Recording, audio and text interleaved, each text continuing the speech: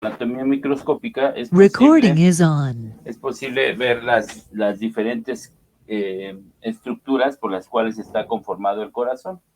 Entonces, bueno, todavía no vemos la parte de embriología del corazón, pero inicialmente el corazón se forma a partir de un tubo primario. Este tubo primario se va flexionando y tabicando para formar cada una de las diferentes cavidades, es decir, las dos aurículas y los dos ventrículos. Sí, ya recordarán, ya vieron el tabique interventricular, un poco de, bueno, aunque no lo hemos visto como tal, el tabique interauricular, y bueno, pues sabemos que histológicamente, pues bueno, vamos a ver tres principales capas, ¿no? Una interna, formado por un endotelio. Recuerden que el endotelio va a estar formado por un epitelio, ¿sí? Un epitelio que, pues bueno, ya vimos que es un tipo de tejido. Una capa media formada por una sustancia que se llama gelatina de Davis, que posteriormente va a formar el músculo cardíaco, y una externa que es el pericardio, ¿no? Lo que va a formar el pericardio o mioepicardio. Y bueno, vemos que cuando, esto todavía no lo vemos, pero bueno, cuando estas fibras miocárdicas, ¿sí? Hablando de los miocardiocitos, que en este caso dijimos que se llama gelatina de Davis, pero después es sustituida por las fibras miocárdicas, entonces ya el corazón comienza a tener la propiedad de contraerse. Y aquí vemos un poco de una micrografía de un embrión de 5 a 8.5 milímetros, ¿sí? En la cual podemos identificar ya varias estructuras. Incluso aquí, en vemos que apenas están formando los tabiques. Aquí estaría, pues, parte del centro donde están dividiéndose, digamos, las aurículas de los ventrículos. Y vemos cómo, pues, apenas empieza la formación de los tabiques interauriculares e interventriculares, ¿sí? Aquí empezamos a ver un crecimiento, aquí también, a partir de estas almohadillas que les llaman, y cómo empieza el crecimiento hacia la parte central para formar un tabique. Eso lo vemos la siguiente clase.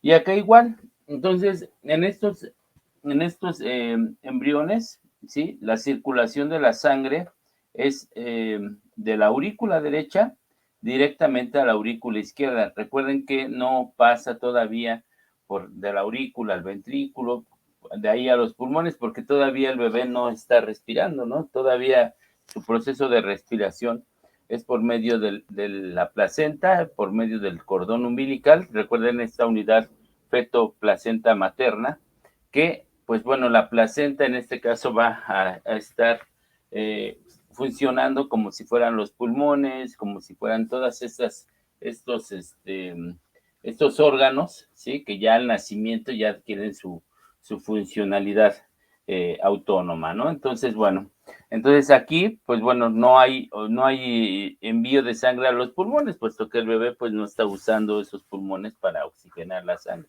sino esto es hasta el nacimiento. Entonces ahorita la circulación de la sangre en los fetos, ¿sí? Se da de manera paralela, es decir, va desde la aurícula derecha directamente a la aurícula izquierda.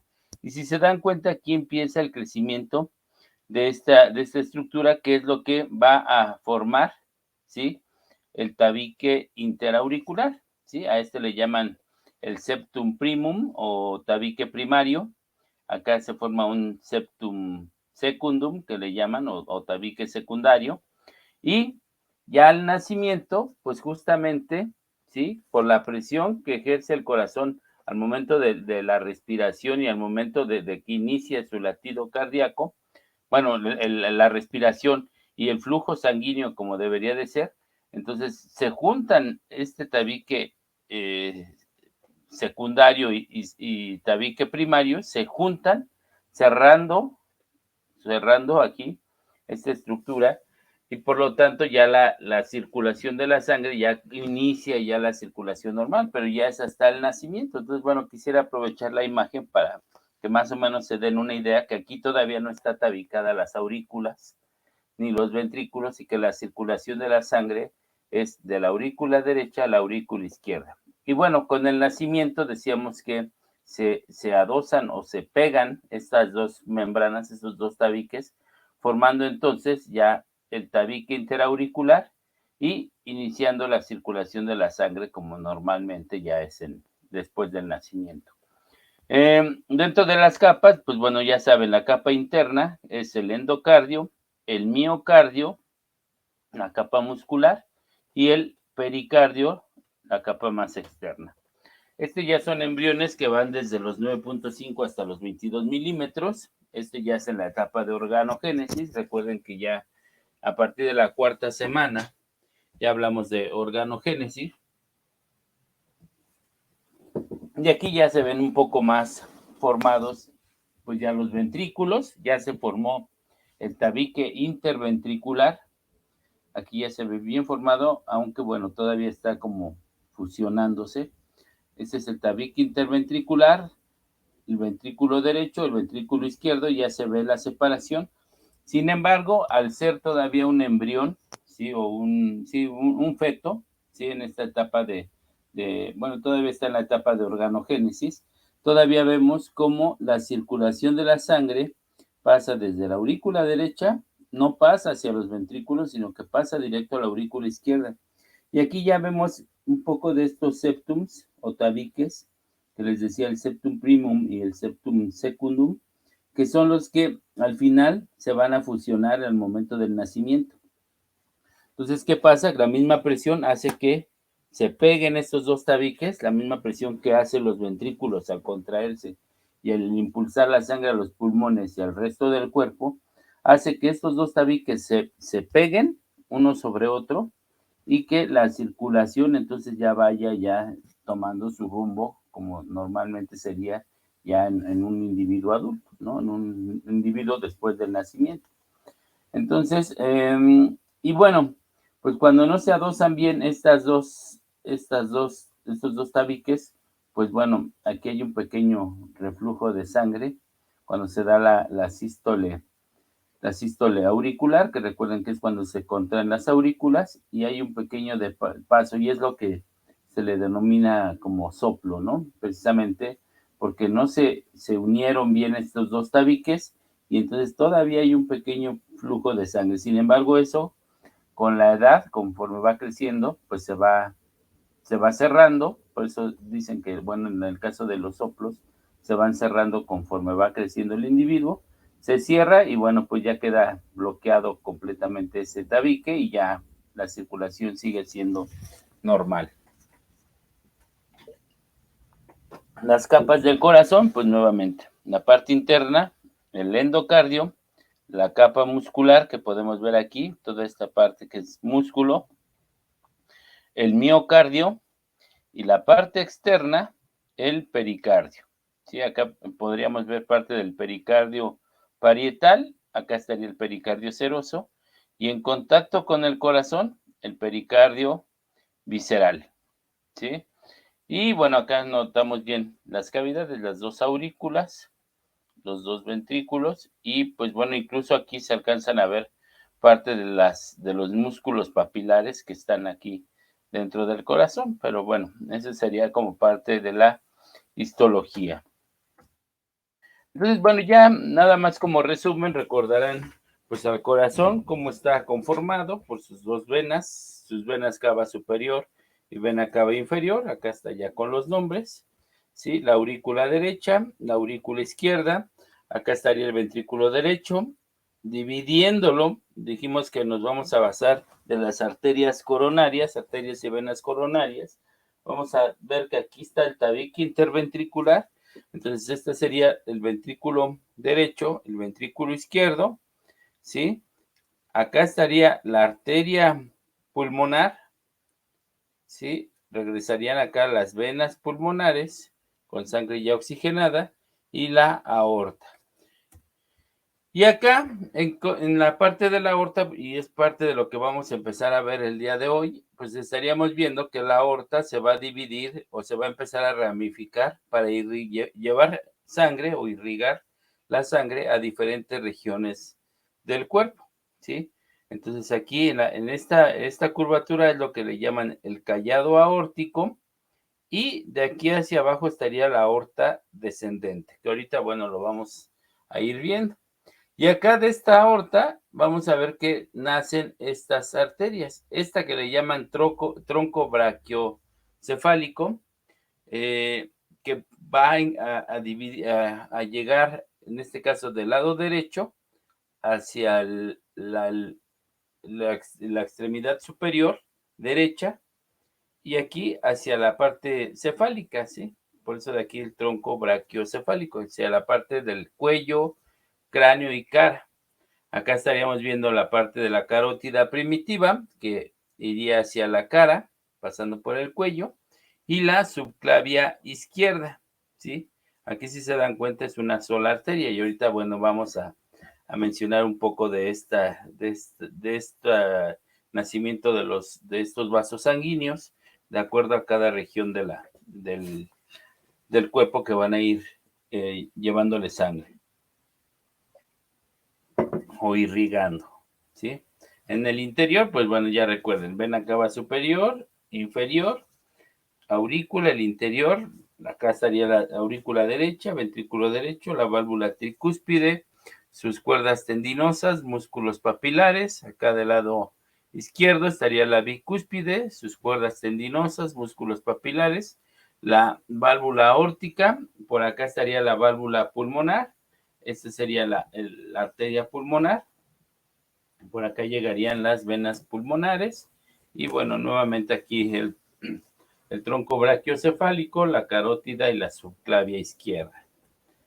Entonces, bueno, pues esto esta parte pues ya la hemos estado mencionando, ahorita pues más o menos lo acabo de mencionar, pero sí, aquí lo que mencionábamos, ¿no? Separando la aurícula derecha a la izquierda, está el tabique interauricular, donde se va a observar una depresión circular, ¿sí? Que va a estar, o va a ser la que se va a denominar fosa oval o agujero oval, que es el que durante la vida embrionaria y fetal va a estar comunicando la sangre de aurícula derecha a aurícula izquierda, sin pasar, obviamente, por los ventrículos. Entonces, ese agujero por el cual va a pasar se llama agujero oval. Y incluso en la disección que ustedes realicen, ¿sí? Los que van a realizar disección la semana que entra, pues van a lograr apreciar ese agujero oval, justamente dividiendo las dos aurículas, van a ver un pequeño agujero de forma circular, mucho más delgado, que se va a llamar el agujero oval. Bueno, toda esta parte, pues ya lo hemos estado mencionando. El nacimiento acá recuerden, a nivel del nacimiento de la aorta, vemos este nacimiento, ¿sí? Que son unos orificios que van a ver que son donde van a nacer las arterias coronarias. Déjenme verlo aquí. ¿Sí? A esto se le va a denominar seno coronario y es el nacimiento justamente de las arterias coronarias, ¿sí? Va a estar prácticamente la base de la aorta, van a ver ahí unos agujeritos, unos canales, que es a lo que se le denomina el seno coronario. Entonces también son estructuras que van a estar identificando la siguiente semana. Esto pues ya lo vi, que lo mencioné, que está constituido por 3 capas, ¿sí? El endocardio, que es un epitelio llamado endotelio, el miocardio, que es la parte muscular, y el pericardio, ¿sí? Que pues prácticamente decíamos que son 3 capas, ¿sí? Que va a estar rodeando al corazón. Un pericardio visceral en contacto con el corazón, un pericardio seroso, que es de líquido, y un pericardio parietal, que es el que va a fijar al corazón en la parte inferior al músculo diafragma, en la parte anterior al esternón, en la parte posterior a la columna vertebral y en la parte superior va a rodear el nacimiento de los vasos sanguíneos, ¿sí? Aquí, pues bueno, ya esta parte ya también la empezamos a ver la clase pasada, que hablábamos del sistema de conducción del corazón, que es ese sistema de generación de ondas de contracción y conducción, ¿sí? Es decir, de estímulos eléctricos que hacen que el corazón se pueda contraer. ¿Dónde inicia esto? Pues inicia justamente en el nódulo sinoauricular o nodo sinusal, ¿sí? También llamado marcapasos natural del corazón. Y decíamos que es un tejido que se encuentra justamente en la parte superior de la aurícula derecha y que inicia el latido cardíaco, más o menos unas 70 veces por minuto. Después de ahí pasa a las fibras internodales. Recuerden que ese impulso eléctrico pasa a las fibras internodales para llegar al nódulo aurículo-ventricular. Entonces, en este nódulo aurículo-ventricular se va a encontrar en la base de la aurícula derecha y decíamos que aquí se produce un retraso en la propagación de la onda, y, ¿sí? Para que después pase al haz de His, ¿sí? Que es un haz de fibras musculares cardíacas que incluye dos fibras, una fibra una fibra muscular, una fibra que iría o una rama más bien, perdón, una rama que va del lado derecho del corazón y una rama izquierda, por eso aquí hablan de dos de fibras musculares cardíacas que incluyen los dos lados del tabique interventricular, ¿sí? Entonces, una rama derecha y una rama izquierda, de las cuales posteriormente se ramifican para formar las fibras de Purkinje o red de Purkinje, que son las que van a encargarse de llevarle la propagación eléctrica o este estímulo eléctrico a las paredes de los ventrículos, ¿sí? Del ventrículo derecho y del ventrículo izquierdo. ¿Para qué? Para que se lleve a cabo la contracción de los ventrículos. Y bueno, ya dijimos que el corazón, pues prácticamente no es que o funcione de manera autónoma como tal, sino que recibe instrucciones del sistema nervioso para regular tanto la frecuencia como la fuerza de los latidos cardíacos, ¿sí? Decíamos que detecta detecta momentos de estrés, detecta actividad física y todo esto, ¿sí? Lo detecta el sistema nervioso y se va a encargar entonces este sistema nervioso de regular tanto la frecuencia como la fuerza de los latidos, ¿sí? Entonces, bueno, esto ya profundizarán más en cuanto a la parte fisiológica en fisiología y bueno, verán más de los efectos de los neurotransmisores, ¿sí? Y de algunos iones como calcio, que son importantes para la contracción de los miocardiocitos. Y acá, pues bueno, vemos un poco del electrocardiograma, ¿no? Que era el registro de la actividad eléctrica del corazón. Veíamos que tiene estas ondas, la onda P, el complejo QRS, la onda T y la onda U. Y bueno, aquí mencionando un poco todo eso es como parte del resumen, la onda P, que se refiere a la sístole auricular o despolarización de las aurículas, ¿sí? Después decíamos que se detiene brevemente este impulso eléctrico, entonces aquí es donde pasa del nódulo aurículo-ventricular, del nódulo sinusal o marcapasos natural del corazón, nódulo sinusal al nódulo aurículo-ventricular. Aquí, mediante las fibras internodales, se da la contracción de las aurículas. Después se detiene brevemente la propagación eléctrica cuando pasa hacia el haz de His. Y después en el haz de His ya pasaría la rama derecha, rama izquierda y fibras de Purkinje para que se dé la despolarización de los ventrículos.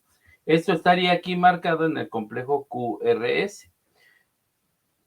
Sin embargo, en este mismo complejo QRS también está sucediendo la repolarización de las aurículas, ¿sí? Es decir, la diástole auricular y sístole ventricular. Sin embargo, bueno, como es con mucha más fuerza la contracción de las aurículas, por eso se ve una onda bastante grande o un pico bastante grande. Y después vendría la onda T, que sería la repolarización de tipo ventricular, es decir, la diástole ventricular.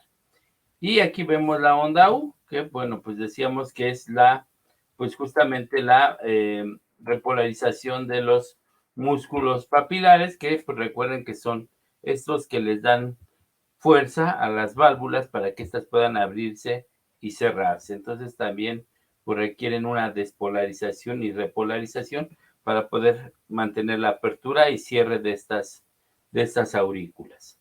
Entonces, esta onda, pues bueno, generalmente no es, dependiendo de la sensibilidad del equipo, puede que se vea o no se vea. ¿Sí? Entonces, bueno, aquí lo vemos, pero bueno, si apareciera, correspondería a esta repolarización de los músculos papilares. Entonces, bueno, ya esto es como parte del resumen y entonces ya vamos a entrar a la parte de la circulación mayor. Esta circulación mayor que decíamos que ya no es solamente la parte de que va de la sangre, llega al corazón, los pulmones, corazón y de ahí a la aorta, ¿no? Sino que ya es la parte en la cual se va a distribuir la sangre a cada una de las regiones del cuerpo.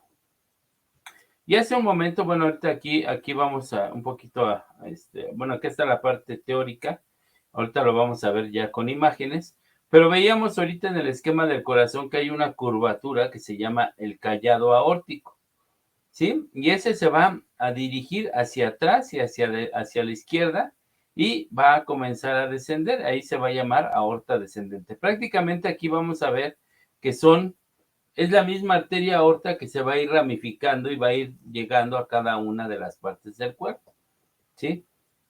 Entonces, cuando está en el tórax, se llama aorta torácica, ¿sí? O arteria torácica. Cuando llega hacia el esófago, se va a llamar esofágica. Cuando llega al diafragma, se va a llamar diafragmática y así sucesivamente. Ahorita lo vemos en este esquema. Entonces, aquí estaríamos ubicando a la aorta y aquí estaría el callado aórtico. Y decíamos que pasa por la parte de atrás y empieza a descender y ahí se llama aorta descendente. ¿Sí? Cuando empieza a descender se llama aorta descendente. Cuando se encuentra a nivel del tórax se denomina arteria torácica. ¿Sí? Que prácticamente se encargaría de irrigar toda la parte del tórax.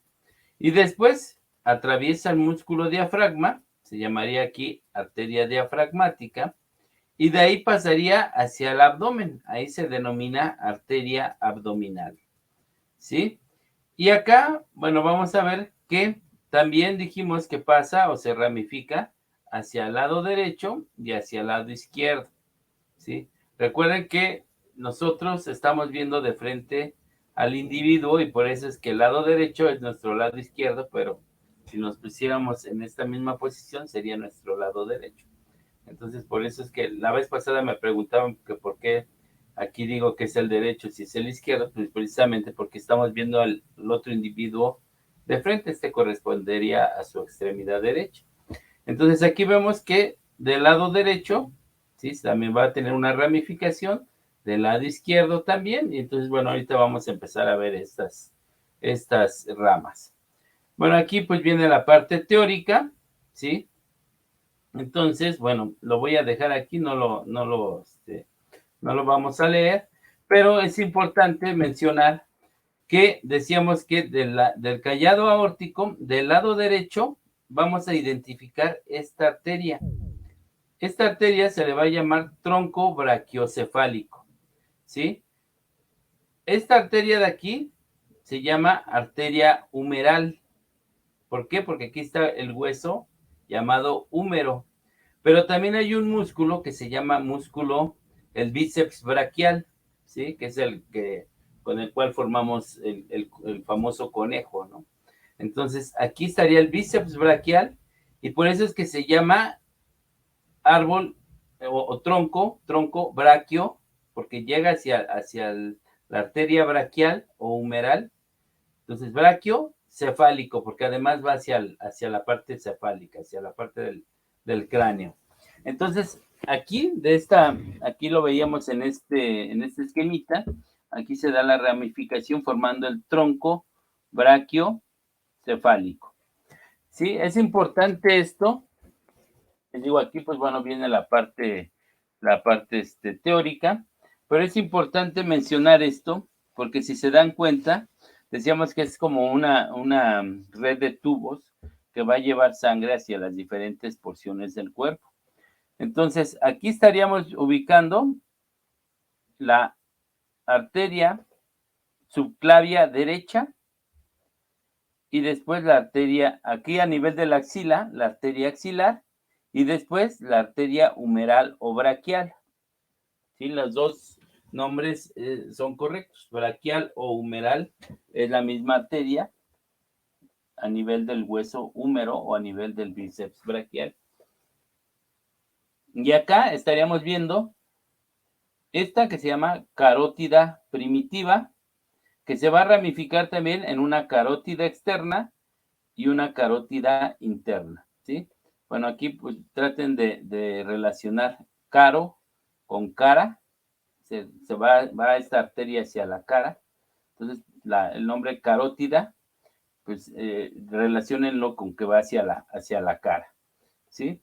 Y bueno, esta carótida interna, pues si se dan cuenta, esta carótida interna y externa pasa por el cuello y después se ramifica hacia la parte del cráneo y la parte de la cara, ¿sí?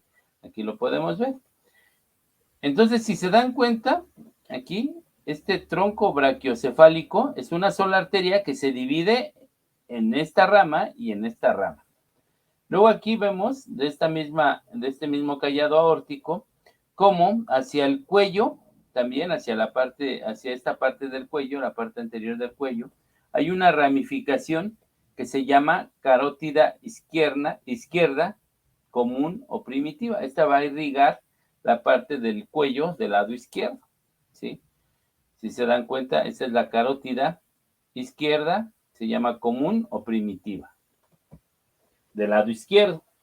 Y del lado izquierdo, también vamos a ver que hay una ramificación bueno, no una ramificación, sino el nacimiento de una rama, ¿sí? Un tubo, que sería la subclavia izquierda. La vemos. Se llama subclavia porque pasa por debajo de la clavícula, ¿sí? Entonces, subclavicular, subclavia, ¿sí? La clavícula es el hueso que sentimos aquí, que va desde el esternón hacia el hombro, ¿sí? En la parte anterior podemos identificar muy bien esa clavícula. Entonces, subclavia porque pasa por debajo de la clavícula. Entonces, ya vimos que hay una subclavia derecha y una subclavia izquierda. Igual aquí encontraríamos la arteria axilar a nivel de la axila y después la arteria humeral o braquial, ¿sí? Que estaría a nivel del húmero. Aquí lo vemos. Entonces, de aquí, bueno, una de las preguntas, ¿por qué cuando se toma la tensión arterial, por qué se prefiere tomar del lado izquierdo y no del lado derecho? Digo, igual se puede tomar del lado derecho, pero se sabe que es mucho más precisa si se toma del lado izquierdo que del lado derecho. ¿Por qué creen que sea esto?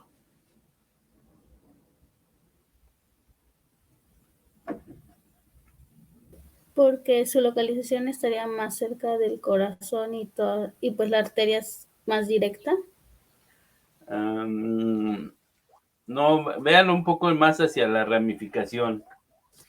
Recuerden que, bueno, es como si fuera una manguera y si a una manguera ustedes le ponen un adaptador para de ahí salgan tres ramificaciones, la tensión de esta manguera pues se va a distribuir hacia esas tres divisiones, ¿no? A diferencia de que si solo es un solo tubo, una sola manguera, ¿sí? Más o menos por ahí va. Vean las ramificaciones,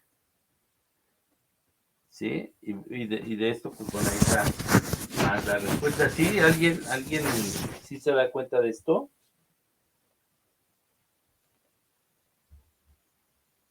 Chicos. Sale directamente del corazón, ¿no? Bueno, todas salen directo de ahí, todas salen o se ramifican a partir de este callado aórtico. Entonces, bueno, va por esto, ¿no? Precisamente lo que les menciono hace un rato, de que si nosotros a una manguera le pusiéramos un conector y de ahí distribuyéramos hacia 3 diferentes lugares, pues veríamos que la fuerza o la distribución de esa fuerza no sería igual a que si solo fuera un solo tubo. ¿Sí están de acuerdo con eso? Entonces, si se dan cuenta, aquí en este tronco brachiocefálico, del lado derecho se divide en una arteria subclavia derecha, pero también se divide hacia una arteria carótida primitiva, una carótida externa, una carótida interna y además todas las arterias que van hacia el cráneo y cara. Entonces, vean toda la cantidad de ramificaciones que tiene el lado derecho de este callado aórtico. Del lado derecho tiene muchísimas más ramificaciones, ¿sí? Entonces, si se tomara la tensión arterial del lado derecho, sería mucho más baja por toda la cantidad de ramificaciones que tiene este tronco brachiocefálico, a diferencia del lado izquierdo. Del lado izquierdo es solo una arteria, es la arteria subclavia izquierda, ¿sí? Es el nacimiento de esta arteria subclavia y no tiene más ramificaciones, ¿sí? Acá, este es un nacimiento individual, la carótida común o primitiva izquierda, es una sola arteria, y del lado izquierdo es una sola arteria carótida, una sola arteria subclavia izquierda, ¿sí? ¿Se dan cuenta? Entonces, la tensión arterial, ¿sí? Recuerden que la tensión arterial es la tensión que ejerce la sangre sobre las arterias. Entonces, sería mucho más precisa o es mucho más precisa porque solo tiene una ramificación del lado izquierdo. Del lado derecho tiene más ramificaciones. La subclavia, la carótida primitiva, la carótida externa, la carótida interna y todas las arterias que van hacia el cráneo y cara, ¿sí? Entonces la tensión es mucho más baja del lado derecho que del lado izquierdo, que solo es un tubo, ¿sí? Entonces, bueno, por ahí, más bien ahí está un poco bueno, está la respuesta del por qué se prefiere tomar la tensión arterial del lado izquierdo y no del lado derecho. Y bueno, pues muchos también, bueno, en algún momento pensamos que era porque pues el corazón se dirige más hacia el lado izquierdo que del lado derecho, pero no, es más bien por las ramificaciones que tienen estos vasos sanguíneos hacia los distintos lados del cuerpo. Ok, entonces, bueno, aquí vemos la arteria subclavia que decíamos pasa por debajo de la clavícula, de ahí su nombre, subclavia, ¿sí? Y entonces, bueno, se va ramificando de los dos lados, va a tener una axilar derecha, una axilar izquierda, una arteria humeral derecha, una arteria humeral izquierda, ¿sí?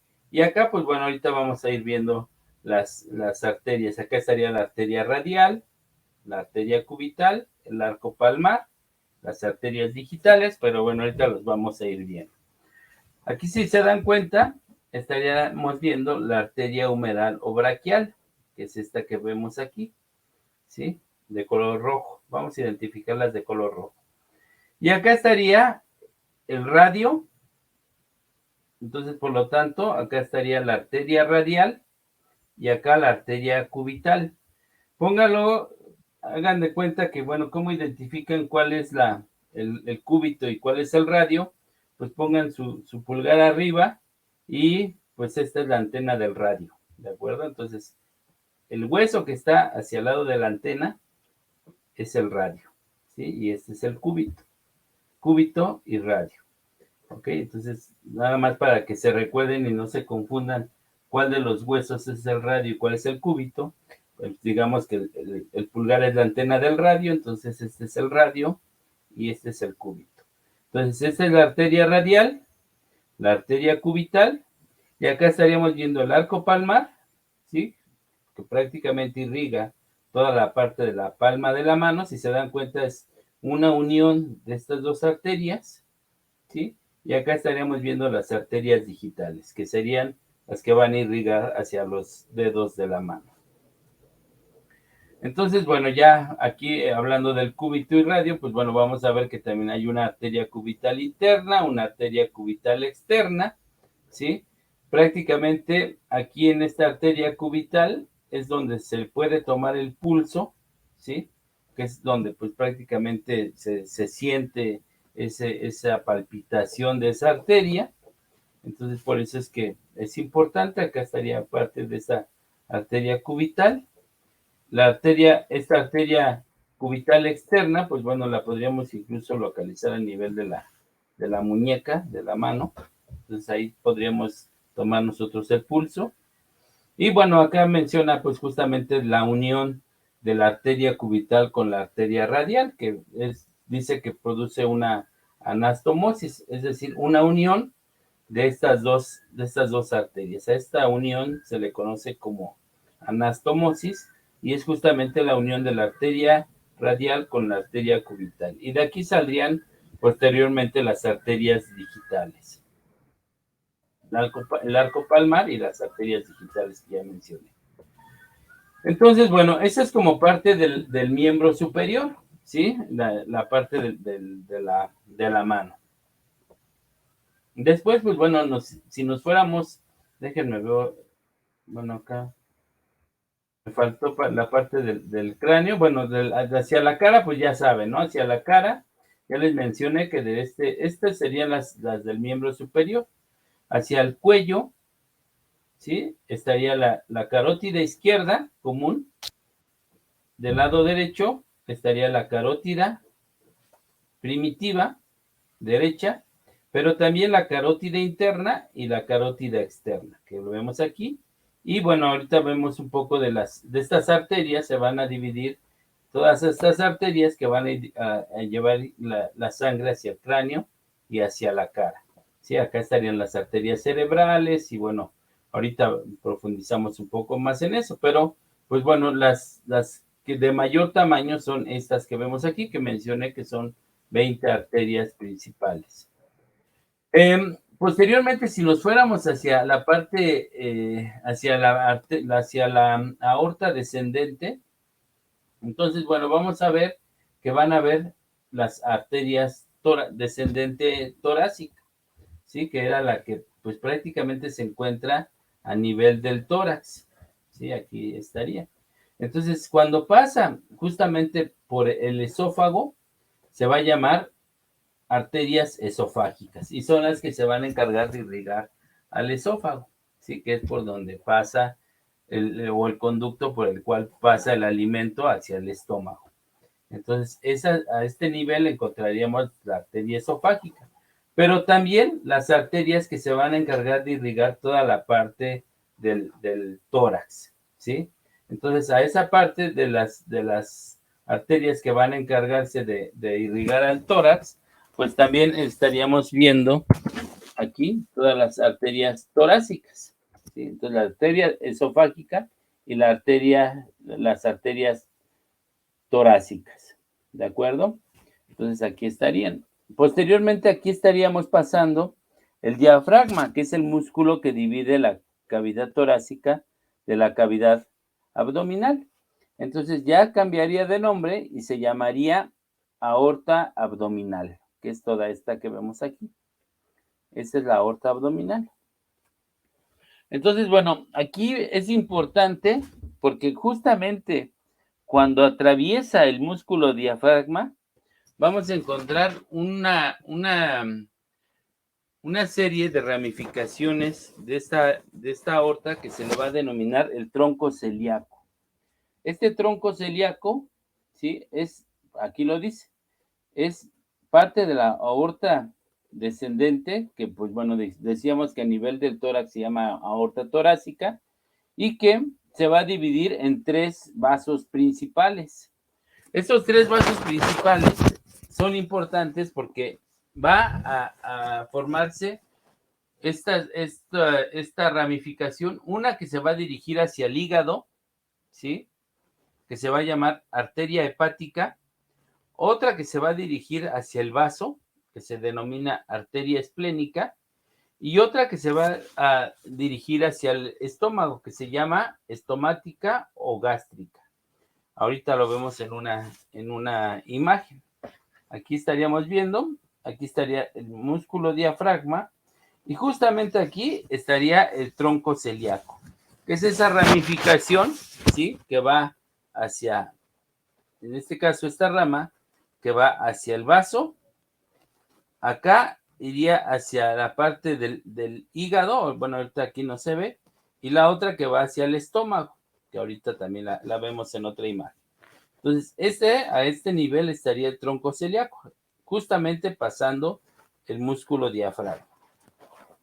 Aquí lo vemos. Aquí estaría el tronco celíaco, esta es la aorta descendente, acá hacia arriba estaría la aorta torácica. Este de aquí, que vemos aquí, sería, bueno, esta parte de aquí que vemos sería el diafragma, y dijimos que de aquí se va a ramificar en tres vasos principales, que es el tronco celíaco. Acá estaríamos viendo esta, que sería la arteria hepática, que se va a encargar de irrigar al hígado, la arteria gástrica, que vemos aquí, que se va a encargar de irrigar al estómago, y acá, pegadito al estómago, estaría el vaso. Esta sería la arteria esplénica, que le va a llevar sangre al vaso. Aprovechando aquí esta imagen, pues bueno, estaríamos viendo el estómago, precisamente porque a veces cuando hacen la disección confunden al vaso con el páncreas. El vaso se encuentra localizado. El estómago tiene dos curvaturas, una curvatura pequeña que se llama curvatura menor y esta que se llama la curvatura mayor del estómago. Pues pegado a la curvatura mayor del estómago está el vaso. Entonces ahí estaría la arteria esplénica, arteria gástrica y arteria hepática. Este es lo que se denomina el tronco celíaco. ¿Sí? Acá lo estaríamos viendo. Entonces, posteriormente, bueno, sigue bajando, ¿sí? Y entonces ya encontraríamos la arteria mesentérica, ¿sí? Va a haber una arteria mesentérica superior y estas arterias mesentéricas son las que se van a encargar de irrigar la parte del intestino delgado, una parte del intestino delgado y otra parte del intestino grueso. Aquí vemos intestino delgado, yeyuno e ilion, ¿sí? Y la mitad derecha del intestino grueso. ¿Dónde está esta arteria mesentérica? Pues aquí las vemos. Aquí una arteria mesentérica superior que va a irrigar parte del duodeno, yeyuno, y parte del ilion, del intestino delgado. Y aquí estaría ubicado, ¿sí? Parte del colon ascendente, colon transverso, aquí a nivel del intestino grueso. Entonces, por eso dice que la parte derecha del intestino grueso. Y esta mesentérica inferior, pues se encargaría de irrigar, ¿sí? Parte de lo que sería el colon descendente, el colon sigmoide, el recto, que sería parte de la otra mitad del intestino grueso, y pues también alguna parte parte del intestino delgado que se encuentra aquí ubicado. Entonces aquí estarían estas dos arterias mesentéricas. Estas, recuerden, las arterias mesentéricas se van a encargar de irrigar o de llevarle sangre al intestino delgado y al intestino grueso, ¿sí? Y continúa su descenso. Aquí estarían la arteria ilíaca. Este huesecito que sentimos nosotros a nivel de la cintura, ¿sí? Justo por debajo del cinturón, es parte del hueso pélvico, ¿sí? Y esa pequeña elevación se le denomina la cresta ilíaca. El hueso de la pelvis es la fusión de tres huesos, el ilion, el isquion y el pubis. Entonces, ahí esa cresta, esa elevación, se le denomina cresta ilíaca. Y entonces, justamente ahí donde está ese hueso ilíaco, estaría la arteria ilíaca, ¿sí? Esta arteria ilíaca, que si se dan cuenta, aquí también va a tener una ramificación, una ilíaca interna, esta que vemos aquí, que se va a encargar de llevarle sangre a todos los órganos reproductivos, ¿sí? esta ilíaca interna o hipogástrica. Si se dan cuenta, a partir de aquí está la ilíaca primitiva y se ramifica en esta parte de la ilíaca interna para llevarle sangre a los órganos reproductivos, a los órganos que se encuentran en la pelvis, ¿sí? Y después aquí esta ilíaca externa. Esta ilíaca externa después se va a fusionar o va a continuar hacia abajo a nivel del húmero, del fémur, ¿sí? Entonces acá ya va a cambiar de nombre la ilíaca externa y se va a llamar arteria femoral. Aquí ya lo vimos, lo del tronco lo del tronco celíaco. Estas son las arterias mesentéricas, ya recordarán estas arterias mesentéricas que como ven, pues van a irrigar gran parte de los intestinos delgados e intestino grueso. Todo eso sería intestino grueso, eso sería parte del intestino delgado, y pues prácticamente aquí vemos la irrigación de los intestinos. Estas, bueno, ya las había mencionado, ¿sí?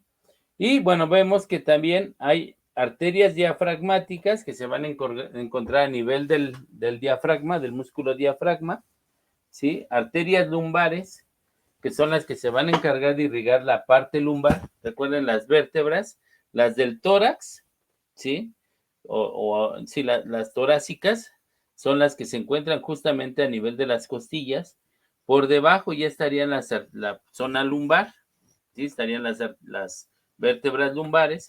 Entonces, a ese nivel vamos a encontrar arterias lumbares que se van a encargar de irrigar la zona lumbar, ¿sí? Pero también aquí veíamos en este esquema cómo también a este nivel vamos a ver las arterias renales, que son las que se van a encargar de llevarle sangre a los riñones. Obviamente una arteria renal de un lado y acá estaría la otra arteria renal del otro lado. Es decir, un lado derecho, una rama derecha y una rama izquierda. Entonces, bueno, aquí vemos esa parte y bueno, ya mencionamos lo de la arteria ilíaca interna, que pues bueno, después va a ramificarse en las arterias genitales o gonadales, que justamente van a llevarle sangre a las gónadas. Aquí pues bueno, ya mencioné lo de las arterias ilíacas, la arteria ilíaca primitiva, después la arteria ilíaca interna que va a irrigar los órganos de la pelvis, la externa que va a estar por fuera y que después se va a unir o va a cambiar de nombre, más bien no se une, sino cambia de nombre porque ahí se encuentra el fémur, a arteria femoral, que se encuentra a nivel de donde se encuentra el fémur, ¿sí? Entonces, aquí es lo que veíamos, aquí la ilíaca externa y después ya donde se encuentra el fémur se llama o cambia de nombre arteria femoral. Aquí la vemos, esta es la arteria femoral, en la parte superior era la ilíaca externa, la arteria femoral, ¿sí? Y también, bueno, vemos que aquí hay una pequeña ramificación en una arteria femoral profunda, ¿sí? Luego aquí, a nivel de la rodilla, ¿sí? A nivel de la rótula, vamos a encontrar la arteria popltea. Y después, cómo se ramifica en una parte anterior y una parte posterior. En la parte anterior, la arteria tibial, y en la parte posterior, la arteria peronea, ¿sí? Entonces estaría la tibia en la parte anterior y el peroné en la parte posterior. Y igual aquí, a nivel del pie, estaríamos ubicando la arteria arqueada metatarsial, que estaríamos ubicando prácticamente a nivel del pie. Entonces ya vimos, la arteria femoral atraviesa el hueco popliteo, que es a nivel de la rodilla, y después cambia hacia lo que sería la arteria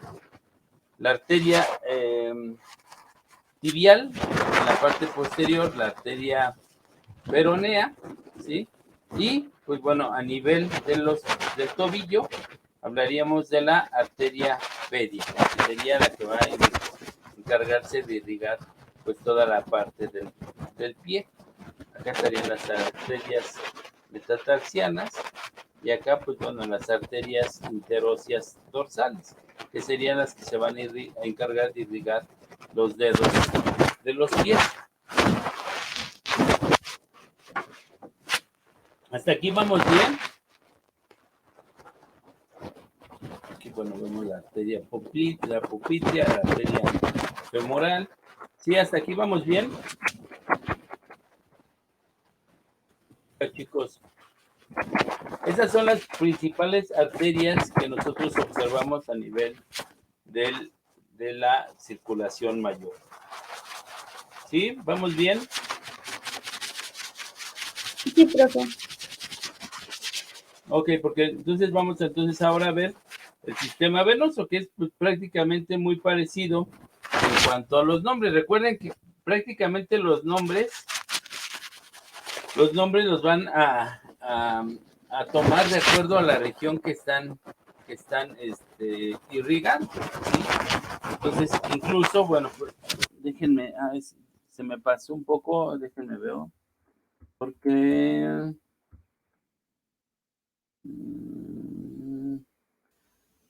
ok, espérenme tantito. No. Bueno, sí, entonces dijimos que pues van a tomar el nombre de acuerdo a la región en la cual se encuentra. Muchas veces es de acuerdo al hueso principalmente, ¿no? En el que se encuentran. Entonces, pues práctico, o al órgano en el cual se encuentran ubicados. Digamos, la arteria femoral, pues ya vimos que pues, se llama así porque pasa por ahí el fémur. O las arterias renales se llaman así porque pues van a estar irrigando a los riñones. Sí, entonces, bueno, prácticamente serían esas, pero espérenme, es que había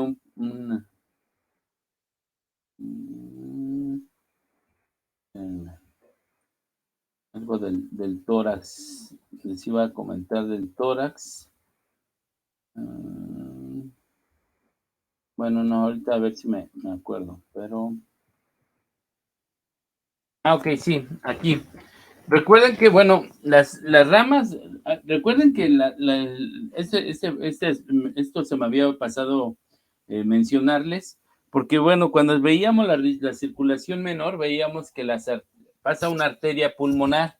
Esta arteria pulmonar no es la que se encarga de irrigar al pulmón y a las estructuras del pulmón más pequeñas, que son los bronquios, sino que son las arterias bronquiales las que se encargan de irrigar al pulmón y a los bronquios. No se vayan a confundir con la arteria pulmonar. Recuerden que la arteria pulmonar lleva sangre sin oxígeno hacia los pulmones, ¿sí? Pero los pulmones tienen su propio sistema de vasos sanguíneos que se van a encargar de llevarle sangre a las células del pulmón, que son los neumocitos. Entonces, las arterias que se encargan de irrigar el pulmón y los bronquios son las arterias bronquiales. No se vayan a confundir de esas arterias bronquiales con la arteria pulmonar que lleva sangre sin oxígeno. Esta arteria me faltaba mencionarles como parte del sistema arterial. Y entonces, bueno, la siguiente sería pues ya las principales venas en este caso, del cuerpo. Entonces ya vimos que la circulación va del corazón, ¿sí? La parte arterial va del corazón hacia el cuello, hacia el cráneo y cara, de ahí hacia los hombros por las subclavias, hacia los miembros superiores, pasando por la arteria humeral, bueno, arteria axilar, arteria humeral o braquial, ¿sí? La arteria radial, la arteria cubital, el arco palmar y las arterias digitales para los miembros superiores. De ahí la arteria aorta descendente, pues bueno, cuando pasa por el esófago se llama arteria esofágica, después por toda la parte de las arterias torácicas que van a irrigar toda la parte del tórax, ¿sí? Después pasan hacia abajo, atravesando el diafragma, ¿sí? Dijimos, para llegar a la parte abdominal. Entonces ahí ya cambia de nombre, se llama arteria abdominal. Y bueno, ya vimos las arterias mesentéricas que se encargan de irrigar a los intestinos, el tronco celíaco que va a dividirse en una arteria hepática, una arteria esplénica que va a irrigar al vaso, hepática al hígado, y una arteria estomática, ¿sí? O gástrica que va a irrigar al estómago. Después decíamos que va hacia abajo, hacia la arteria ilíaca, ¿sí? Donde pues hay una ilíaca interna que va a irrigar toda la parte de la pelvis, y la ilíaca externa va a continuar su descenso hacia el fémur, donde va a cambiar de nombre a arteria femoral. Después a nivel de la rodilla, la arteria popltea, después hacia la parte de la tibia, en la parte anterior la arteria tibial, en la parte posterior la arteria peronea, y después la arteria pedia, que se encarga de irrigar pues toda la parte del pie, ¿sí? Después el sistema venoso es la que se encarga de regresar la sangre. Ya recuerden que en cada una de estas regiones va a haber capilares, entonces ya se llevó ahí a cabo la llevada de oxígeno y de nutrientes a las células, a cada una de estas regiones del cuerpo. Y ahora, pues bueno, se combinan ahí los capilares y regresa por la parte del sistema venoso. El sistema venoso, que como aquí dice, la función es de llevar la sangre desde los capilares de regreso hasta el corazón, ¿no? Entonces los capilares, vénulas, venas, y de regreso, pues bueno, estas venas hacia el corazón. Ya dijimos que las venas son vasos poco elásticos, delgados y poco elásticos, y cuando están vacíos se aplastan. Y que también dentro de su estructura interna requieren de válvulas venosas para ir subiendo la sangre en contra de la gravedad. Esto, pues bueno, ya lo hemos estado mencionando. Aquí está pues toda la parte de la parte teórica, pero bueno, vemos que hay grandes troncos venosos, ¿sí? Los que se encuentran a nivel del cuello ya no se llama venas carótidas, ¿sí? A diferencia de las arterias que eran las arterias carótidas, aquí son las venas yugulares, ¿sí? Entonces, esta yugular es la que va a recoger la sangre de todo lo que es cráneo, cara y cuello, y la va a llevar hacia la vena cava superior. Aquí lo vemos, la vena yugular. Acá también vemos una vena subclavia que se encuentra por debajo de la clavícula, ¿sí?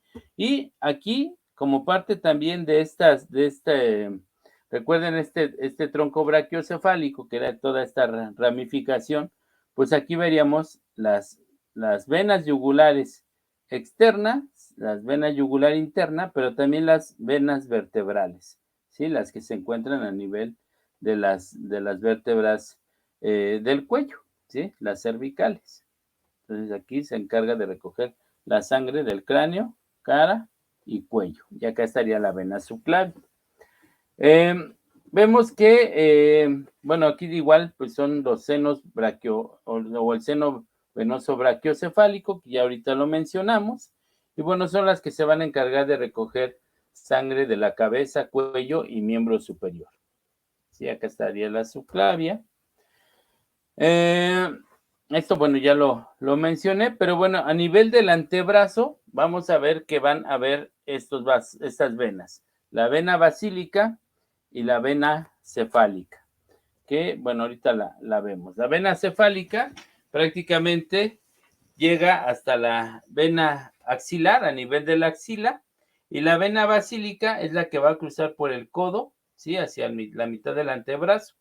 Y bueno, aquí vamos a ver cómo estas se van a unir con la vena axilar que se encuentra aquí a este nivel. Entonces acá estaríamos viendo la vena cefálica, la vena basílica, ¿sí? Acá la vena mediana del codo. Entonces estas dos son las que se van a encargar de recoger la sangre desde las partes de los dedos, ¿sí? El antebrazo y el brazo, para llevarla de nuevo a la subclavia, a la vena subclavia, y llevarlo hacia la vena cava superior. Entonces, bueno, vemos que también hay una vena cubital, ¿sí? Una vena radial, y bueno, estas son las donde se van a encontrar pues prácticamente a nivel del antebrazo.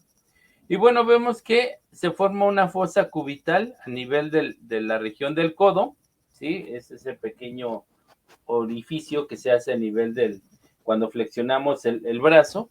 Y aquí es donde, pues, generalmente se comunica las venas basílicas y cefálicas, que aquí la vemos, en la vena mediana del codo. Aquí es donde generalmente se hacen las punciones para extraer la sangre para muestras, ¿no? Entonces, lo que obtenemos no es sangre arterial, sino sangre de tipo venosa. Es donde nosotros checamos, ahí vemos la vena y de ahí sacamos sangre. Entonces, a este nivel, que es donde se une la arteria cefálica con la la vena cefálica con la vena basílica. Aquí estaría la vena mediana del codo y ahí se recupera la sangre. Ya hablé de la vena de la vena radial, de la vena cubital, y bueno, pues estas son las que se encargan de recoger sangre y llevarla de nuevo hacia la vena cava superior, ¿sí? Y entonces, bueno, ahora estos ya vimos las del cuello, cráneo y miembro superior. Ahora vamos con las del miembro inferior. Entonces, yendo desde abajo hacia arriba, encontraríamos entonces la vena